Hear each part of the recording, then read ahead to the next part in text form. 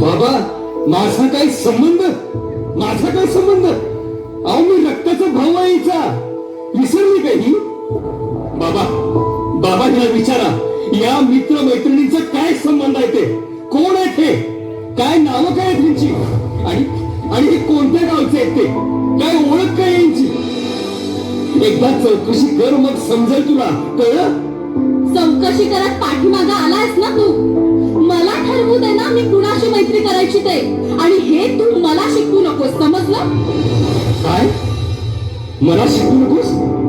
काय शिकवू नकोस?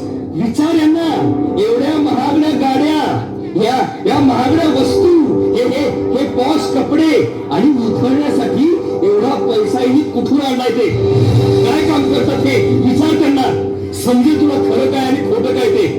बाबा याला सांगा माझ्या फंदात पडू नकोस म्हणून, आणि माझ्या मित्र मैत्रिणींबद्दल बोलण्याचा याला काहीही अधिकार नाहीये. आणि तू काय करतोस हे मी कधी विचारलं? 4 टवाळखोरांच्या बरोबर चौकात पडू नकोस ना. अरे दोघींपैकी एकानं तरी थांबा जरा, का रस्त्यावर तमाशा करणार आहात? देवा, पोटाला चिमटा काढून जगतो आम्ही यांच्या भविष्यासाठी, आणि काय बघतो? बाबा बाबा हिला समज द्या, चुकीच्या जाळ्यामध्ये अडकत निघाली ही, नंतर तुम्हालाच पश्चाताप होणार आहे. बाबा बस बस झाला बस. बाबा ही लाडकी आहे ना तुमची, डोळ्यावर पट्टी बांधली तुम्ही दोघांनी, ती सोडा, डोळ्यावरील मायेची पट्टी सोडा आणि बघा उघड्या डोळ्यांनी बाबा काय चाललंय ते कळेल तुम्हाला. ज्या गोष्टी आम्हाला मिळाल्या नाहीत म्हणून त्या तुम्हाला देण्याच्या नादामध्ये आम्ही काय करून बसलो हेच कळणं झालंय आम्हाला. चक्रावून गेला डोका, अगदी चक्रावून. हेच प्रेम, हीच माया, जणू चुकलंच आमचं. कसं वागायचं हल्लीच्या पोरांबरोबर काही कळत नाही. खरंच चला चला, कधी वाटतं या शहरापेक्षा ते आपलं पूर्वीचं गावच बरं होतं. थांबा बाबा, थांब काही जरा. ए साहिल, चल तुझे भी मेरे साथ आज गाँव चलना है. ये हमारे घर वालों को कुछ पूजा पाठ करनी है, ये लोग कुछ भी करते रहते हैं. नहीं मैं नहीं आएगा. अरे क्यों नहीं आ सकता तू? क्या प्रॉब्लम है तुझे? मैं नहीं आ सकता, आज शुक्रवार का दिन, मुझे भी जाना है.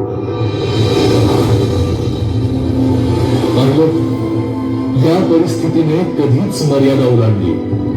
हे घोंगावणारं वादळ प्रत्येकाच्या उंबऱ्याला येऊन कधीही धडकेल याचा आता नेम नाही. वेळीच सावध व्हा आणि यासाठी योग्य शिक्षणाबरोबर पुन्हा एकदा इतिहासाची उजळणी करावी लागणार आहे.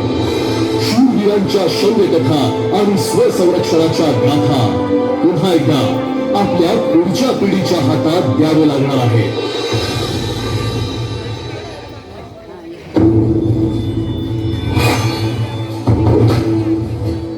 तलवार की नोक से जन्मी उसकी कहानी थी.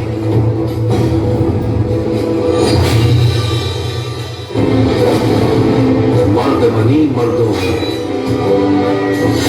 जिद्दी को आजादी जो पाते थे।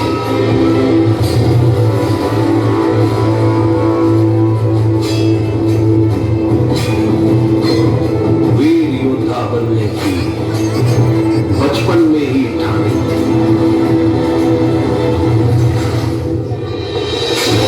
खूब लड़ी मर्दानी झांसी वाली रानी।